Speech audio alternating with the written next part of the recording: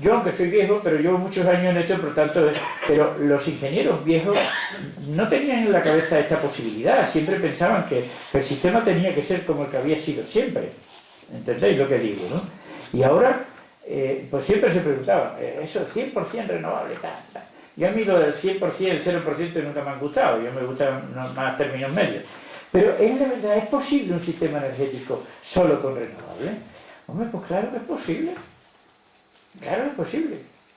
Yo lo tengo en mi molino. ¿Me entendéis? Yo lo tengo en mi molino, claro, a nivel muy pequeñito, pero lo tengo.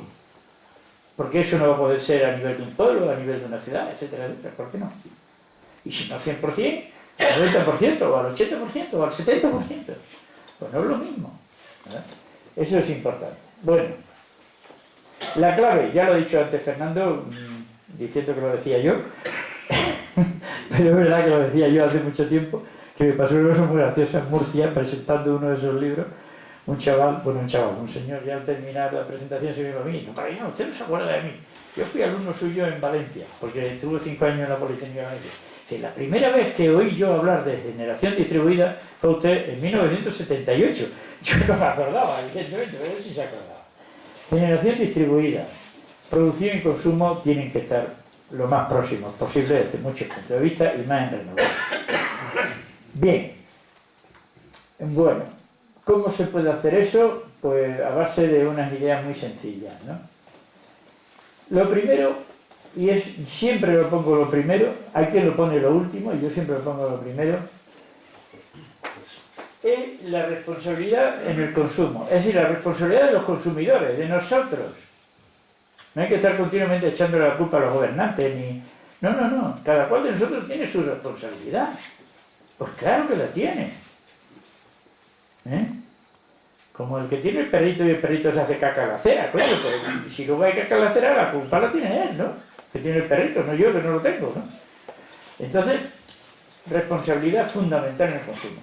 Por supuesto hay que tener un sistema de generación inteligente y por supuesto hay que utilizar renovables, hay que utilizar hibridación ya lo he comentado antes con la biomasa, y desde luego un sistema inteligente de gestión del conjunto. Sea el conjunto grande, sea pequeño, sean 3 casas o sean 300. ¿Me entendéis lo que estoy diciendo? Pero un sistema de control es fundamental, porque estamos hablando...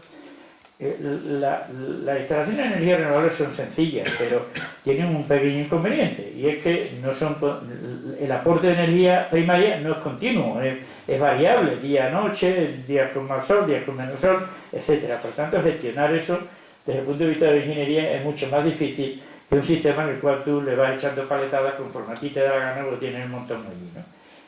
Bien, allí para uno de mis libros hice una especie de dibujito, me hizo un amigo, en el cual cómo pasar del sistema actual al sistema del futuro, y bueno, desde centrales más o menos grandes, eólicas, fotovoltaicas, térmicas, etcétera, hasta que cada casa tenga lo suyo y compaginar ahí un sistema con el otro, hacer compatible poco a poco y sustituyendo un modelo por el otro. Esto ya se está haciendo. Esta imagen que ahí la veis, que podéis pensar que es de hace muy pocos días, la tengo yo hace un montón de años.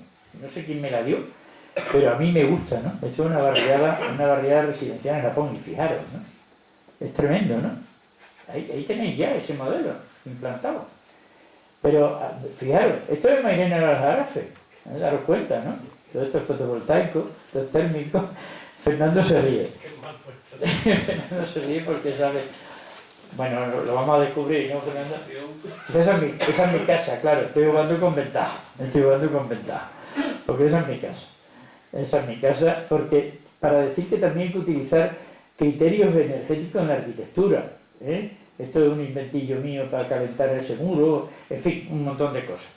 Eso lo diseñó un arquitecto bioclimático, un tío muy competente, y mi casa, pues yo no tengo aire acondicionado convencional.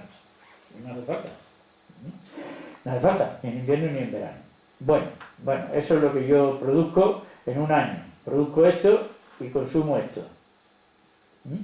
De modo que, bueno, ya se ve, ¿no?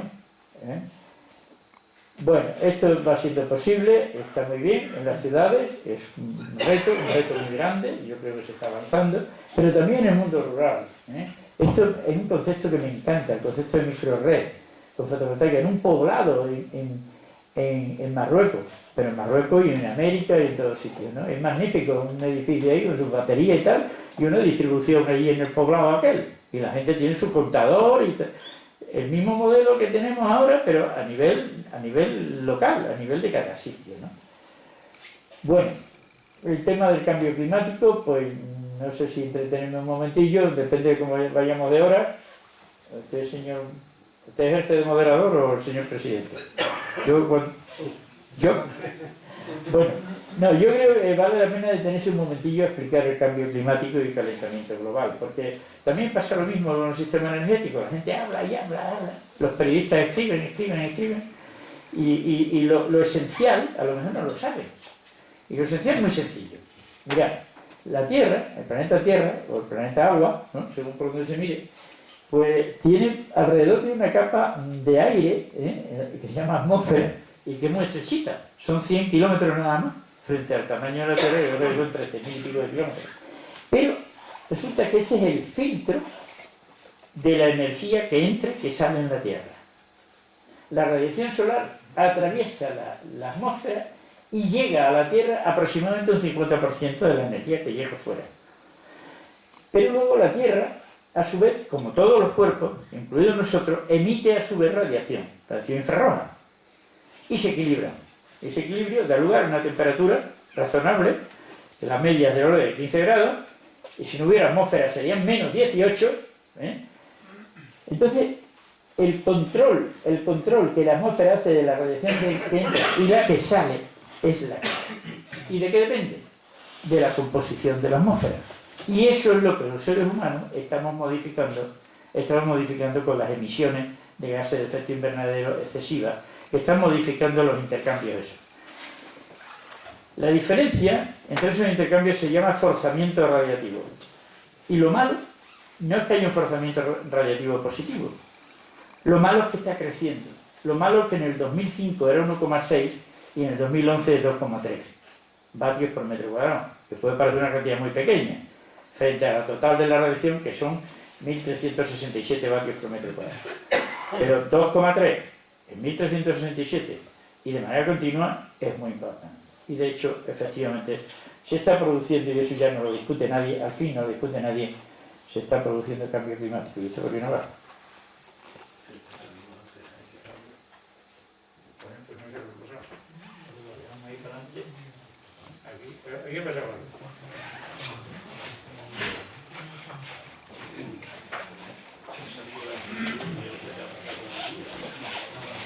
No sé lo que pasa.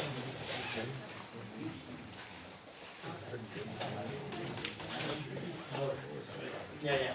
Remy, tú eres mi salvación. Ya. Bueno, del cambio climático hay que hablar, para dejar bien Extremadura, es algo muy sencillo. Esas son las emisiones de España. ¿Habéis visto? ¿Veis cómo desde 2009 para abajo va disminuyendo? No voy a entrar en muchos detalles, pero lo importante es destacar que aquí, de las comunidades autónomas que he resaltado, la que menos emisiones tiene es Extremadura. ¿Por qué razón? Las emisiones que hay son de los vehículos, de los turismos, de los coches. Esas son impepinables en todos sitios. Pero claro, la diferencia está en que el sistema eléctrico que tenemos en Extremadura no produce emisiones. Prácticamente no produce emisiones de gases de efecto invernadero. Y eso es lo que hace que las emisiones de Extremadura sean tan bajas. En Andalucía son más altas porque allí sí le han colado un par de centrales de carbón, ¿verdad? Una gorda, en carboneras, y eso influye muchísimo. Y los ciclos combinados pues también influyen, etcétera, etcétera. Bien, lo que sí, bueno, no me voy a entretener mucho aquí. El sistema eléctrico, sin embargo, fijaros lo que evolucionó, y en el 2008, desde el 2008 en adelante, en 2007 y 2008, empezó a bajar las emisiones por debajo de los compromisos de Kioto, por debajo incluso de las emisiones de referencia del 1990. Pero en ese momento se sacó un decreto del carbón y se empezó a obligar a las compañías a quemar carbón nacional que contamina tela. Y ese carbón nacional pues ha hecho que luego vuelvan a crecer las emisiones de gases de efecto invernadero. Bien. Bueno, su sistema eléctrico, me voy a ir saltando ya esto, pero lo único que quiero decir es que está claramente sobredimensionado. En España podemos producir 600 teravatios hora al año, 600. y consumimos algo menos de 300. Esto es una idea que no se puede olvidar. Lo que decíamos antes de la oferta, las empresas eléctricas se volvieron locas en su momento cuando la nuclear, luego la moratoria nuclear porque estaban asfixiadas, y ahora se han vuelto locas igual que los ciclos combinados, y se han metido 27.000 megavatios de ciclo combinado. Y si os metéis en red eléctrica veréis que están casi siempre parados. 1.000, 2.000, todo lo más. Y son 27.000. Pero claro, esa sobrecapacidad es un problema económico, porque esas empresas tienen que amortizar esas inversiones, en fin, un follón. Y yo no voy a entrar en ello. Solo quiero daros el dato de que tenemos un sobredimensionamiento del sistema. En potencia, 108.000 megavatios. Y lo máximo que consumimos, 44.000. Sin comentarios, para que no se nos olvide. Cuando alguien dice, ¿y si cierran una hora qué pasa? Pues no pasa nada. No pasa nada, pues son 2.000 megavatios frente a 108.000, pues fijaros lo que pasa, no pasa nada. Bueno, utiliza más aire que cualquier otra, o sea que tampoco pasa nada. Estamos sobredimensionados. Bueno, en Extremadura ya hemos dicho esto demasiado, no vale la pena que visitamos más, me voy a ir saltando. Aquí sí, esta gráfica la he hecho con toda la intención, ¿no? Extremadura es lo azul, fijaros, en producción, fijaros, y en consumo, fijaros. Y esto es Madrid en producción y esto es Madrid en consumo. Pues ya está, ahí queda perfectamente reflejado la idea principal. Y en esta imagen, que la saqué de red eléctrica, pues queda clarísimo. Madrid es un agujero tremendo, ¿y de dónde se alimenta? De Almaraz y de las térmicas de carbón de Galicia y de por ahí arriba. Y esto es así. Ese es el mapa eléctrico español y tenemos que saberlo, ¿no? Bueno, no voy a insistir más en eso. Sí voy a recordar que este Real Decreto fue el que inició el proceso de freno a las renovables en España y que espero que cambie pronto. Eso es importantísimo, ¿no? Pero, bueno, el que manda, manda. Esto también es muy interesante porque la mayor parte de la gente no lo entiende, ¿no? La mayor parte de la gente no lo entiende. Es que detrás de esto hay muchas cosas, ya lo he dicho antes, que es muy complejo, ¿no? El sistema de valoración de la electricidad en España, hay aquí algunos que sí se lo conocen, que esta subasta divertidísima entre la oferta y la demanda. Ese día, eso lo hace Red Eléctrica todos los días, para el día siguiente. Y, bueno, pues tiene prevé que va a haber un consumo de, digamos, 32.000 megavatios. Y ahora empiezan las empresas productoras de electricidad a ofrecer electricidad a un precio determinado. Las renovables entran a precio cero, las nucleares entran a precio cero y las grandes hidráulicas pues entran a precio cero porque les cuesta muy barato producirlo, las nucleares tienen que estar funcionando sí o sí, por tanto ofrecen a cero. Y ya, si no cubren la demanda, pues empiezan a entrar el gas natural, carbón, etcétera, y empieza a subir el precio de oferta, hasta que se cruza con la demanda. Y entonces ese es el precio al cual se paga toda la electricidad que entra en el sistema, incluidas las que ofertaron a cero. ¿Se ha entendido? Es que no es fácil de entender, ¿eh? A mí me costó mucho trabajo. Al final lo aprendí. ¿Y por qué pongo esa gráfica? Pues porque cuando entran las renovables, el punto de encuentro entre la oferta y la demanda está más para abajo. Luego las renovables cuando entran lo que hacen es abaratar el kilovatio hora del sistema. ¿Se ha entendido? Sí. Pues así es. Y eso todos los días. ¿Sabes? Pues eso es un tema importantísimo, que no voy a entrar en ello. Eso da lugar a un fenómeno que se llama el windfall profit, que hace que entre las grandes hidráulicas y la nuclear, en 5 años, ganaran 18.000 millones de euros más de la cuenta. Se llaman beneficios caídos del cielo. En realidad no son caídos del cielo, son caídos del sistema que os contaba antes. ¿Se entiende, verdad? Bueno, no voy a pararme mucho más aquí porque ya vamos mal de tiempo. Los combustibles, bueno, pues lo único que quería decir es que en combustibles convencionales pues estamos como todos los demás, pero en biomasa Extremadura está muy bien situada. Yo me he hecho unos calculitos por ahí gracias a unos informes muy buenos del Plan Forestal Extremeño, a su vez basado en el Inventario Forestal Nacional, y la cosa es muy interesante. Hice unos numerillos en su día con las emisiones que se absorben y todo eso, pues ya sabéis que los árboles, eso lo dije al principio, el tema del CO2. El tema del CO2 es muy importante, tener en cuenta que no solo hay que evitar que se produzcan más CO2, sino hay que forzar a que se absorba más CO2. ¿Quién absorbe CO2? Las plantas. Las plantas, como sabéis, toman CO2 de la atmósfera, toman agua y producen los hidratos de carbono, que son la propia planta, ¿no? Entonces, esa captación de CO2 es importantísima. Por tanto, para mitigar el cambio climático, no solo hay que evitar más emisiones de gases de efecto invernadero, sino que hay que captar más CO2 por las plantas, por los árboles. Y un dato curiosísimo para vosotros y para todos, muy interesante: en Extremadura hay 600 millones de árboles, a que no lo imaginabais. Más de 500 árboles por cada extremeño. Eso no pasa nada más que en Extremadura, ¿eh? Eso, para sentirse orgulloso, verdaderamente. Yo, por lo menos, y la mayor parte son encinas. La mayor parte de encinas. La encina capta mucho CO2, porque la encina tiene una madera muy dura, lo sabéis, ¿verdad? Y tiene... Me lo he estudiado estos días para venir aquí, señor presidente, ¿eh? Me lo he trabajado, ¿eh? Y esa madera de encina es buenísima, tiene una densidad superior a 1, ¿eh? Y eso significa que capta mucho CO2. Todo esto es muy, muy sugerente, no tengo mucho más tiempo, no os preocupéis, no os voy a aburrir mucho más. Pero sí es importante que nos demos cuenta de una cosa, que los árboles extremeños captan 16 veces más CO2 que el que emitimos los seres humanos que vivimos aquí, a razón de 1 kilo al día, y los que emiten nuestros coches andando por las carreteras. ¿De acuerdo? Pues los árboles nuestros captan 16 veces más. No está mal.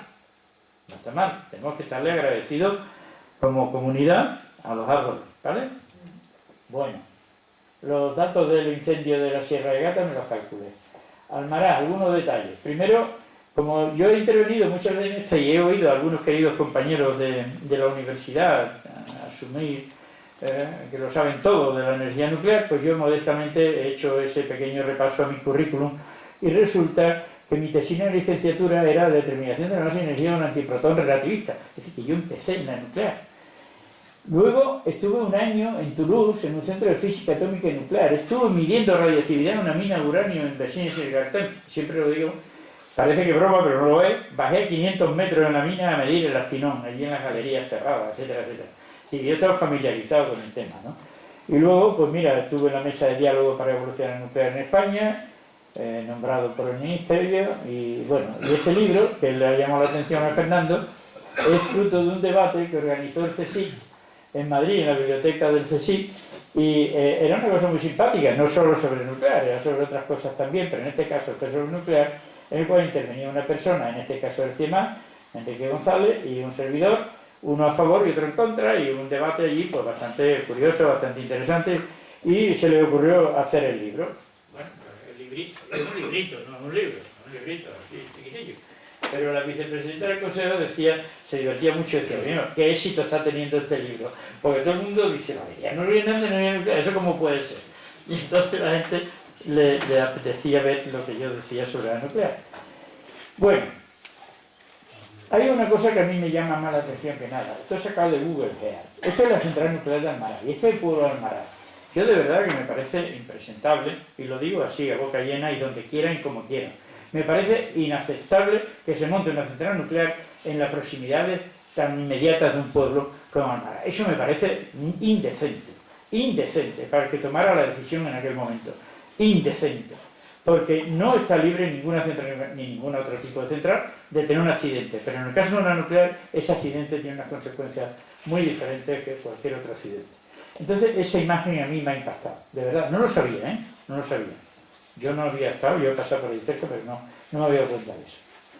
Bueno, y vamos a ir a cosas positivas. Esto es la orden de 29 de noviembre de 2016, de la Junta de Extremadura. Y me parece fantástica. Línea 1, línea 2, línea 3, para la implantación de ayudas destinadas a instalaciones de energía renovable en el ejercicio 2017. Esto va a pegar un boom extraordinario en todo, en puestos de trabajo, en tecnología, en un montón de cosas. Esto, de verdad, no sé si os dais cuenta de la importancia que tiene. Yo, bueno, José Luis, el consejero, me puso el otro día un correo para decir que no podía estar aquí porque está en Fitur y no sé qué, pero yo me hubiera gustado encontrarme aquí para felicitarlo, porque esto lo han hecho también en Murcia, pero hay otras comunidades autónomas que no lo han hecho, ¿entendéis? Entonces hay que felicitar, coño, también, no vamos a estar siempre criticando nada más, ¿no? Y es verdad, esto está bien, ¿por qué no decirlo? Si está bien, pues lo decimos, ¿no? Y bueno, yo lo he titulado así, la mejor actuación reciente de la Junta de Extremadura, un poco exagerado, pero bueno, para mí es la mejor, ¿qué queréis que os diga? Y ya voy terminando, en resumen, no voy a entrar en más detalle. ¿Qué es lo que hace falta para avanzar? Y vuelvo a insistir en la misma idea, decisión de todos, empezando por las instituciones, pero todos, ¿entendéis? No solo las instituciones. Lo mismo conexión a la red, que doble seguimiento, que esto es la fábrica de Isofotón, que ahora se está vendiendo, que este señor con el burrito aquí con sus cosas y su campo alquilado para montar allí módulos y que le dan un dinerito por hacerlo, pues ¿por qué no? ¿Qué problema tiene? ¿Qué problema hay? Ninguno. Este señor puede seguir cultivando ahí debajo, o puede tener sus ovejas, lo que quiera, ¿no? Daros cuenta si hay sitio ahí. Y eso yo creo que es el paso, ¿no? Las conclusiones generales, pues ya os lo podéis imaginar. Tenemos un grave problema con el cambio climático y eso está mal puesto. La única forma de frenarlo no es la única. Lo otro es cultivando muchos árboles, como he dicho antes. Pero eso también. Hay los que piensan que no se está haciendo nada, o que se está haciendo poco, y los que pensamos que se está haciendo algo, aunque todavía nos parezca insuficiente. Yo creo que esa postura última, por lo menos es la que yo apunto, porque es la que yo veo. No estamos a la velocidad que tal, pero es que la humanidad y las sociedades funcionan al ritmo que pueden y tal y cual. Y eso hay que reconocerlo y ser optimista y positivo. Insisto en lo de involucrar a todo el mundo. Y yo lo que quiero decir aquí es que los extremeños estamos contribuyendo bastante a eso. Y eso es verdad. Eso es así. Y ahí están los datos. Y hay otras comunidades autónomas que no. Y otras ciudades que no. Léase Madrid. Léase Madrid. Madrid y luego encima le dan a la MUI. Pues más vale que se callen un poquito y hagan algo más, ¿no? Y bueno, para Extremadura, resumiendo un poco de demagogia, ¿no? Somos los últimos en renta per cápita de España y sin embargo producimos el 8% de la electricidad, que hace más rico a otros, Y claro, no se me ocurre más que aquello de la canción de Carlos Cano, ¿me acordáis? ¿No? Si en vez de ser pajarito fuéramos tigre de Bengala, ¿verdad? Alguien sería capaz de meternos en una jaula. Pues yo creo que los extremeños ya tienen que espabilarse un poco, y reclamar.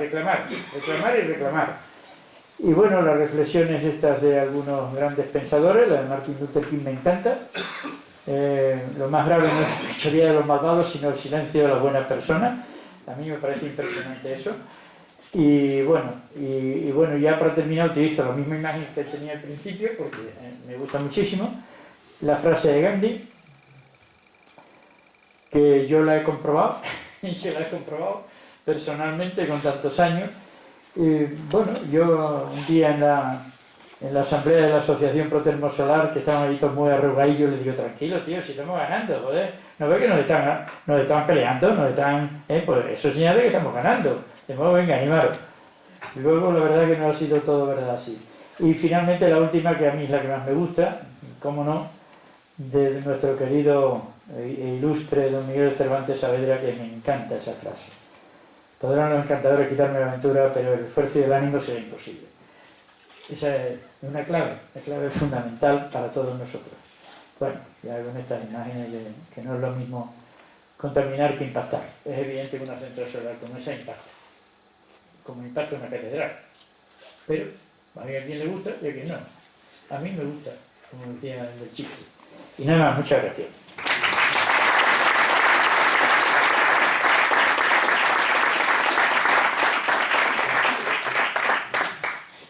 Bueno, pues gracias Valeriano. Abrimos un turno de preguntas.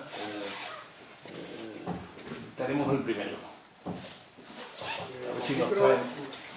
¿A capela o ¿Tenemos micrófono o no? Bueno, déjalo. No lo necesito, a capela. ¿Queréis identificarlo, por favor, si puede ser? Sí. Soy Javier Tequeiro, soy arquitecto. Bueno, empecé 4 años después que el señor Valeriano Ruiz Usted empezó en el 75, yo empecé en el 79 en el seminario de arquitectura bioclimática de la Escuela de Arquitectura de Sevilla. Jaime López de Asea, íntimo amigo suyo, Sí. fue el que empezó a montar todo aquello. Siempre en el puzzle de todas estas cosas, siempre falta, se ha hablado de físicos, se ha hablado de ingenieros industriales, de ingenieros aeronáuticos, pero siempre falta el arquitecto. Y hoy, mira por dónde, asisto a decenas de conferencias sobre energía renovable, y hoy el 99% de los arquitectos nunca está, como no están los sistemas pasivos de energía solar, como no está la arquitectura bioclimática. El señor Valeriano Ruiz ha tenido por lo menos la deferencia de hablar, de citarla. Yo le agradecería que en sus cuñas de las próximas conferencias también metiese una más grande en relación a lo que son los sistemas pasivos de energía solar. Yo empecé en el Seminario de Arquitectura Bioclimática, continué en el CIEMAG también, en el Instituto de Energías Renovables, trabajando con excelentes físicos y excelentes ingenieros industriales. Trabajé con Guillermo Ignacio, María Rosario de la Sera Celemín, seguro que usted las ha conocido. Y bueno, pues me tuve que venir aquí, desarrollé mi profesión aquí. He conseguido hacer 11 promociones de arquitectura bioclimática con sistemas pasivos de energía solar, en donde los rendimientos han sido casi de un 40% de ahorro energético, monitorizado, nada de lucubraciones, todas ellas para la iniciativa privada, por supuesto. Y cuando usted sacaba ahí el gráfico ese acerca de cómo van las energías renovables en Extremadura, que ponía una gráfica ascendente enorme y comentaba que iban muy bien, serán los sistemas activos de energía solar. Los sistemas pasivos de energía solar es una vergüenza absoluta. La miopía, si usted ha sido ignorado, ahora se acaba lo de Gandhi y a lo mejor está vencido, pero yo no he vencido. Porque después de 30 y tantos años hablando con la administración acerca de la implantación de los sistemas pasivos de energía solar, nada, ni un consejero se ha dignado, ni técnicos de la administración se han dignado ni se siguen dignando. Mi último tribuna de opinión fue hace escasamente un año y haciendo una llamada al señor José Luis, que esté al consejero que ahora mismo del Fomento, que es ingeniero industrial. Siempre los ingenieros industriales tiran hacia lo suyo. Los arquitectos siempre tenemos que tirar hacia lo nuestro, pero por desgracia se los escucha muy poco. Cuando usted comentaba el gráfico, ese es verdaderamente demencial en cuanto a la implantación de sistemas pasivos. La energía más limpia es la que no se necesita consumir. Yo tengo mi casa y tampoco tengo aire acondicionado, como la suya. Y tengo una cubierta plana que no es presentable. No necesito el aire acondicionado. Puse 2 ventiladores en el salón porque me asustaba bastante que pudiese tener un poco de sobrecalentamiento en la casa, pero no lo necesita, están estropeados. Por eso digo que la energía más limpia es la que no se necesita consumir. Pero la miopía que hay en esta región, ¿entiendes? Y en eso tengo que poner un cero absoluto y la gráfica sería lineal, pero además con el nivel más bajo, ¿entiendes? que uno pueda tener en cuanto a la miopía acerca de los sistemas pasivos de energía solar. ¿Cómo es posible que algo tan elemental como es el ahorro energético desde un buen diseño, desde una buena construcción, esté obviado todavía? Esté tan obviado todavía cuando conseguimos rendimientos de un 40% de ahorro energético, solamente diseñando bien. ¿Cómo es posible que la administración, con qué fuerza moral la administración puede seguir haciendo edificios sin que se planteen los criterios de la arquitectura bioclimática en ellos? Porque está muy bien todas esas cosas. Esa es la diapositiva. ¿Era de Jaime López de Asea?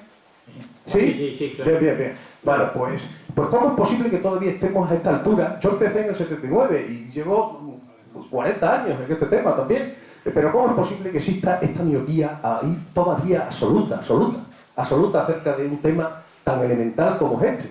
¿Cómo es posible? Porque ya, hombre, no vamos a obligar a los promotores privados a que hagan sus promociones bioclimáticas. Se debería de incentivar desde la administración. Pero qué duda cabe que desde la administración cualquier edificio que se haga tiene, pero por una cuestión ética y moral tiene que ser bioclimático de por sí. Y sin embargo, la ignorancia es absoluta y sigue siendo absoluta. Por lo tanto, en el ranking ese de evolución de los sistemas pasivos de energía solar, 0 y lineal todavía. O sea, de crecimiento porque cuando hablamos de energía renovable tenemos que meter los sistemas pasivos, no solamente los activos de energía solar, que son tan importantes o más, porque son los que son los preventivos, verdaderamente. A mí me encanta que tener en mi vivienda, pues pues una instalación pues, de energía fotovoltaica, tener los colectores para térmica, las tengo, me encanta. Concreto, por favor. No es pregunta, es reflexión. Y yo creo que, hombre, y sobre todo agradecerle al señor Valeriano, porque yo sé que él no es sospechoso de estas cosas. Yo sé que no, porque hemos estado hermanados siempre de la Escuela de Arquitectura de Sevilla con la Escuela de Ingeniería, con Servando Álvarez, ingeniero, etcétera, etcétera, y hemos estado trabajando, siempre trabajábamos en equipo con el Instituto de Energía Renovable. Es una reflexión, no hay pregunta. Muy bien. Sí, bueno, no, pero yo sí quiero contestarle, si a usted no le importa. No, por supuesto. Primero para darle toda la razón, básicamente. Pero también tiene usted razón. Efectivamente, esa casa mía la ha diseñado Jaime López Asín, que como usted ya sabe, pues es un amigo mío. ¿Qué tal está? ¿Qué tal está? ¿Ha muerto? Está viejillo. Pero todavía viene. ¿Qué le recuerdo a mí? Todavía viene para casa, todavía viene para casa y yo la suya. ¿Qué le recuerdo? Y la casa de Servando también la conozco, que también buen amigo. No, tiene usted toda la razón, pero también le voy a decir una cosa. Yo, como soy físico, como ha destacado aquí el amigo y usted también, siempre he estado en el medio entre los arquitectos y los ingenieros. He intentado hacer buenos oficios con uno y con otro. Y bueno, en el caso de Servando y de Jaime no ha habido problema. Uno ingeniero y otro arquitecto se han entendido perfectamente bien siempre. Pero aquí en Extremadura han tenido ustedes un consejero que era arquitecto, si mal no recuerdo. ¿No se acuerdan? Pues yo sí. Yo sí me acuerdo, ¿cómo no? Yo también. Señor Coromina. Entonces quiero decir, eso es. Entonces quiero decir con esto, no, lo digo porque está muy bien lo De fomento, además. de fomento. Está muy bien lo que usted ha dicho y estoy de acuerdo, ya digo, yo también lo digo. Lo que pasa es que aquí lo he enfocado por donde lo he enfocado y ya está, ¿no? Y además a mí me daba vergüenza poner mi casa, pero es que venía al pelo de lo que quería decir. Pero yo creo que sería bueno también que los arquitectos como creativos reflexionaran, porque usted es una excepción, Jaime López es otra excepción, pero la inmensa mayoría de los arquitectos no piensan lo mismo que ustedes. ¿A que no? No. ¿Me ha entendido lo que quiero decir? Totalmente. Y para ser sincero, los ingenieros tampoco. Y lo defiendo yo, que los conozco bien. El otro día calculé así por encima y han sido 4.600 ingenieros los que han pasado por mis clases de termodinámica. 4.600, ¿vale? Y no pondría la mano en el fuego por la mitad, por lo menos. Bueno, yo por alusiones digo que los ingenieros industriales sí que nos preocupamos por la energía solar pasiva y por la energía pasiva. Sí nos preocupamos. Es un tema de proporciones. Aquí tenemos algún ingeniero industrial que está en un edificio bioclimático como es el de Promedio y te podía hablar de él posiblemente. Tenemos un físico son excepciones. El profesor Cuadros, que también te podía hablar de que tanto él como yo estuvimos a punto de concluir un edificio bioclimático. Lo que quiero transmitirle a él es que ¿Bioclimático el de Promedio? Pues, que vamos a llamarle de reducida energía. Que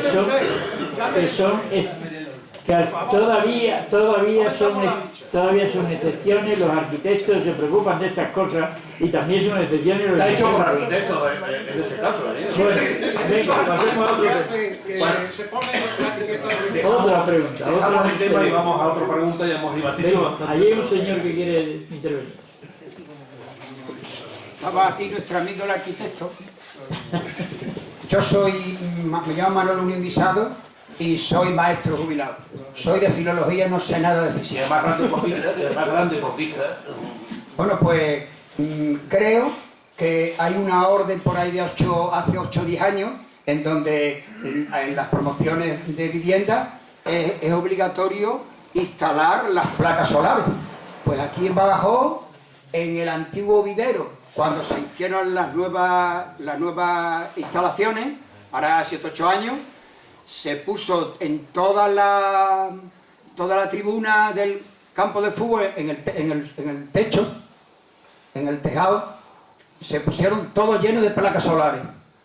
Y yo oí un comentario de un señor que trabajaba allí, un chico que tenía conocimiento técnico, que dice, ¿y estas placas solares por qué están fuera de uso y no se conectan?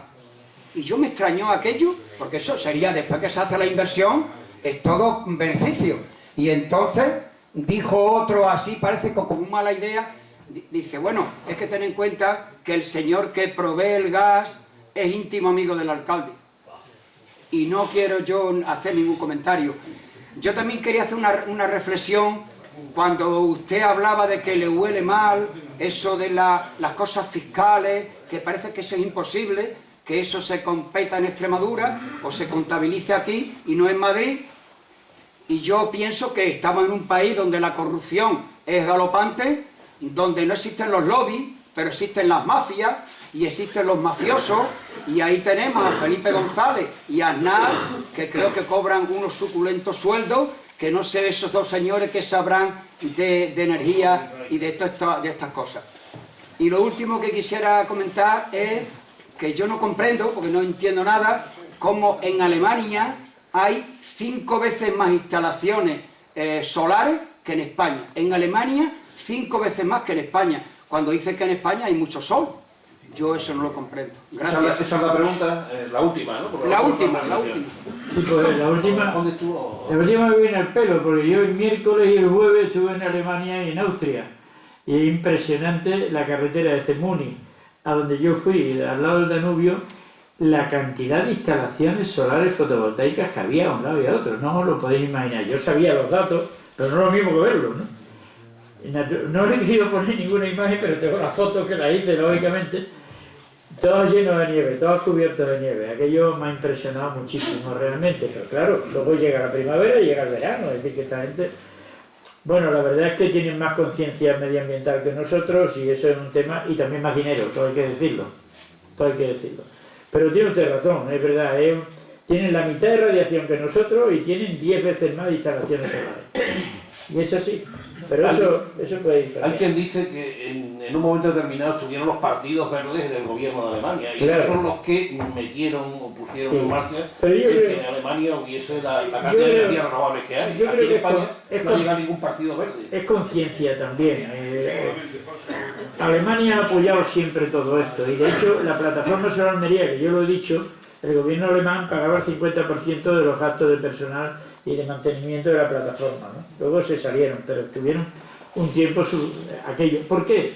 Porque a ellos también les interesa, porque al final una central solar térmica necesita una turbina, y la turbina la fabrica una empresa alemana, ¿me entendéis? O sea que la cosa tampoco es todo altruismo, hay bastantes intereses económicos en todas estas cosas, además de, no en vez de, pero además de, y eso también es verdad, ¿no? Yo fui a ver una instalación de la tecnología Fresnel, porque la vamos a montar en un sitio que yo me sé, y la fábrica está en Austria, y yo fui a ver la instalación, y la verdad que han hecho un trabajo magnífico, a mí me gustó mucho, y ¿por qué no? Ellos fabrican y venden en Arabia Saudita, o sea que esto es así, ¿no? Las instalaciones se fabrican en un sitio y se venden en otro, ¿no? Y los alemanes en eso pues saben manejarse, ¿no? Los alemanes y otros muchos, y los españoles también, cuidado. Ahora mismo las centrales gordas de todo el mundo las están haciendo empresas españolas, no os olvidéis, ¿eh? Eso es una realidad, gracias a que nos adelantamos en su día, ¿eh? Muy bien. ¿Alguna otra pregunta? Sí. Bueno, soy profesor de la universidad, químico orgánico y vivo, aunque no tiene nada que ver, vivo cerca de la central de Almaraz, pero vamos, no voy a hablar de la central de Almaraz. Tengo curiosidad por saber qué opinas sobre el peaje eléctrico. ¿El peaje de qué? El peaje para producir electricidad en la propia vivienda. Sí, sé lo que es. El impuesto al sol. Bueno, el llamado impuesto al sol, vamos a ver, esas cosas me enfadan mucho, ¿verdad? Vamos a ver, a mí me parece mal lo del peaje, ¿vale? Pero no tan mal. ¿Me entiendes lo que quiero decir? A mí me parece medianamente razonable que alguien que tiene unas instalaciones que son suyas y hay que utilizarlas, pues se le pague algo por utilizarlas. Y eso es lo que llamamos peaje. A mí no me parece mal. Lo que me parece mal es que lo hayan hecho de tal manera que luego haya llegado un periodista sensacionalista y a eso lo llamado impuesto al sol. Y eso ha hecho un daño tremendo, porque la gente se creía que no podía hacer instalaciones, porque había un impuesto al sol. No es verdad, no hay un impuesto al sol. Lo que hay es un peaje que medianamente razonable, igual que el peaje de las autopistas. Las autopistas que son alguien que las ha pagado y el que quiere utilizarla, eso está inventado desde, qué sé yo. ¿Por qué no? ¿Por qué no pagar un peaje por utilizar la instalación eléctrica que es de una compañía? La cuestión es ajustar la cantidad y todo ese tipo de cosas. Pero el concepto a mí no me parece mal. ¿Me explico o no? El concepto no me parece mal. Lo que me parece mal es que aprovechando eso se haya desmontado la posibilidad de hacer instalaciones. Ahora, por eso le he dado tanta importancia a la orden esta de la Junta de Extremadura, porque esa orden de Extremadura desmonta totalmente eso, claro.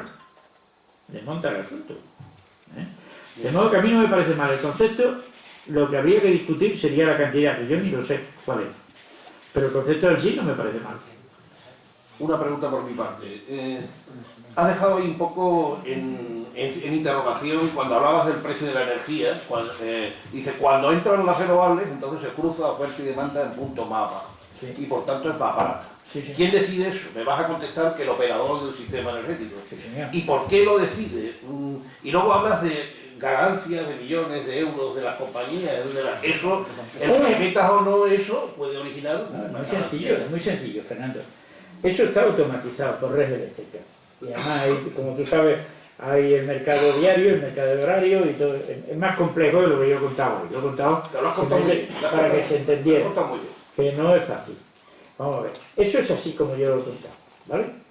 ¿Quién lo hace? Red eléctrica. Yo, francamente, ante red eléctrica hay que quitarse el sombrero, con toda sinceridad. Hay muchas cosas en esto de las que podemos presumir en España. Y han venido de China a comprar el sistema que tiene red eléctrica.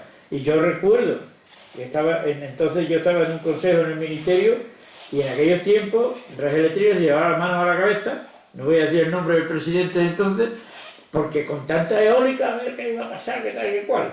Coño, en poco tiempo lo han hecho posible y funciona y está bien, y eso lo ha hecho red eléctrica. Es decir, que yo con red eléctrica chapó. No tengo la más mínima duda de que lo hacen bien. Que luego, ¿por qué resulta lo de windfall profit? No por el procedimiento de pool, de subasta. Es por el propio invento del procedimiento. Que ese podría ser otro. Pero, hombre, que usted haya ofertado a 0 euros y ahora le pague a 60, pues ahí hay algo que no va, ¿no? Mire usted, si usted oferta a 0, yo le voy a pagar algo. Está claro, está claro, el máximo. Pero no 60, ¿no? No sé si me estoy explicando. Sí. ¿Está entendido o no? Sí, que la energía... está bien que se les pague, cuidado, está bien que se les pague, cuidado, yo no estoy diciendo no se les pague la producción de electricidad. Se termina pagándole con la última oferta. Claro, ese es el problema, se termina pagando con la última oferta. Algo que vale cero. El ciclo combinado. El número gordo, para que os quedéis con la copla, el número gordo, 60 euros el megavatio hora, ¿vale? Dividir por 1000 y tenéis 1 kilovatio hora. ¿Alguna pregunta más? Paco. Yo nada, sí. Hombre, lo que tú estás diciendo es que tenemos una capacidad eléctrica y estamos hablando nada más que de electricidad con el peaje, parece que no hay otras energías, como tú has dicho, finales. Pero bueno, vuelvo al tema ese de que tenemos doble capacidad eléctrica en España instalada. Doble potencia, hablando de términos físicos, que para eso somos físicos. Sí. Bueno, pues es como si tuviéramos 2 coches en casa. Tú tienes uno, ¿para qué quieres 2 coches? Quiero decir, cuando vas a usar solamente uno. Y eso hay que pagarlo. Y eso es todo esto que estamos diciendo en la factura energética, pues lo tenemos que pagar, porque eso ha costado un dineral. Yo no sé quién ha autorizado la construcción de esa central, pero eso ha valido un dineral. Y eso hay que pagarlo, ¿no? Y si no, no se hubieran autorizado esas centrales de ciclo combinado que se hagan. Esa es mi opinión. Y respecto a las otras energías, efectivamente, no solamente son energías pasivas, hay residuos, hay lo que siempre estamos, que parece que no hay más que electricidad, pues hay calor, frío y hay movimiento. Y hay consumo en las casas, claro que sí. Eso es ahí por donde hay que ir, claro que sí. Sí, señor, don Paco, tiene usted toda la razón, es indudable, es así. Y bueno, ¿quién tiene la culpa de eso? Pues mire usted, yo se lo explico rápidamente. Tiene la culpa un concepto que vino de la Comunidad Europea y que se gestó en 1997, la Ley 54/97, que era en parte transposición de la correspondiente directiva de la Comunidad Europea de liberalización del mercado, ¿vale? Esa es la palabra clave. Es decir, que claro, el que pudo lo hizo y el que no pudo no lo hizo, y en mi opinión el fallo no está ahí. El fallo es que el que lo hizo debería pagarlo él. Si corro riesgo, pues mire usted, pues lo pago, ¿no? Como cada uno de nosotros cuando se equivoca en una inversión, ¿no? ¿Quién lo paga? Pero alguien tiene que Ese pagar. sí es el problema. Pero que la cosa viene, Paco, de la liberalización del mercado eléctrico en su día. La ley 54/97, ley del sector eléctrico, es la clave. Y sigue. La ley de reforma del sector no ha cambiado eso. Y ahí está el meollo de la cuestión. ¿Alguna pregunta más? Pilar. Quiero hacer una reflexión, porque no sé ni siquiera si es una pregunta lo que voy a hacer o si hay respuesta para lo que voy a preguntar. Si el movimiento de una centésima del precio en el barril del petróleo provoca una guerra, creo que no podemos pensar que es tan fácil solucionar el problema energético pensando que cada uno en su casa puede poner la energía fabricada como le dé la gana. Porque eso genera un desorden económico mundial que no se está teniendo en cuenta. O sea, yo creo que hay que pensar en global. Y en global no es pensar en Extremadura, en global no es pensar en España, en global no es pensar en Europa. O sea, la superproducción alemana ha producido un problema en la Unión Europea. La superproducción alemana de energía renovable ha producido un problema en las fronteras de Alemania, porque está vendiendo su excedente energético renovable a precio de ganga, y eso provoca problemas en el orden económico mundial. Y en el orden económico, pues, si nos ponemos a la escala, o sea, la cosa empezó porque no éramos una república independiente o algo así, ¿no? Claro, si empezamos así, realmente la central nuclear, el excedente nuclear que tenemos en Extremadura, no lo tenemos aquí, está en Cáceres. Si empezamos a reducir o a separar, ¿dónde ponemos el límite? Yo creo que debemos pensar en solucionar un problema energético a nivel mundial. Y el problema energético a nivel mundial no es fácil de solucionar porque la dependencia del petróleo no es fácil de quitar, porque hay una relación que es inviable hoy en día, creo yo, solucionar por culpa de que hay muchísimos intereses económicos en que el petróleo siga funcionando. Y eso no se va a quitar poniendo unos paneles en su casa o de otra forma, así a nivel local. Los pensadores económicos mundiales tendrán que pensar en global, no se puede pensar en localizar el problema tanto. Es verdad que tenemos que arrimar el codo y hacer todo lo que podamos, pero la solución del problema energético mundial está en el almacenamiento. Y ya está.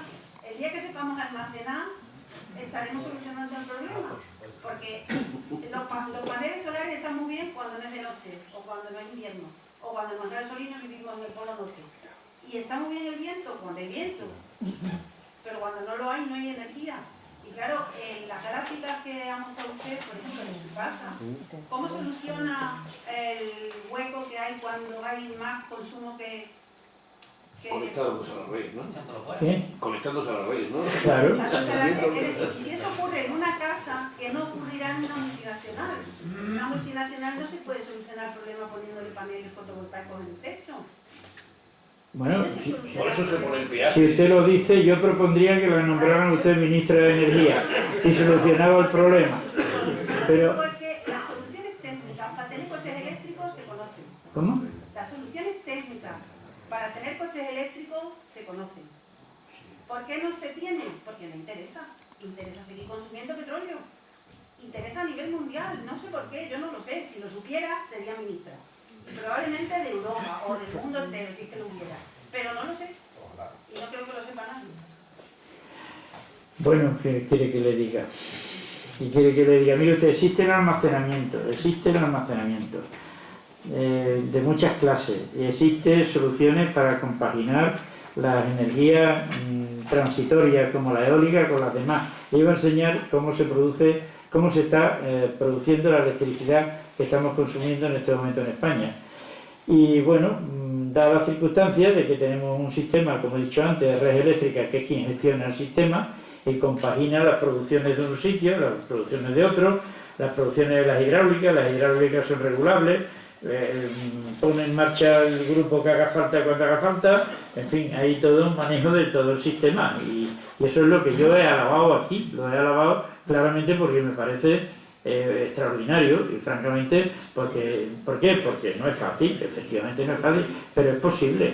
La prueba está, que aquí tiene usted, no falla la electricidad, ¿verdad? A pesar de que en este momento, cuando consigamos conectarnos a Internet, no podemos conectarnos a Internet, pues yo le diría que ahora mismo más del 30%, lo vi antes de eso, más del 30% de la electricidad que estamos consumiendo en el río de España es de eólica.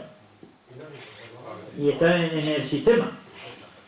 Naturalmente está compaginando con la hidráulica. Usted conoce el proyecto de la isla del Hierro, ¿no? En el cual, pues, cuando sobra eólica, electricidad producida con eólica, se bombea agua de un depósito a otro más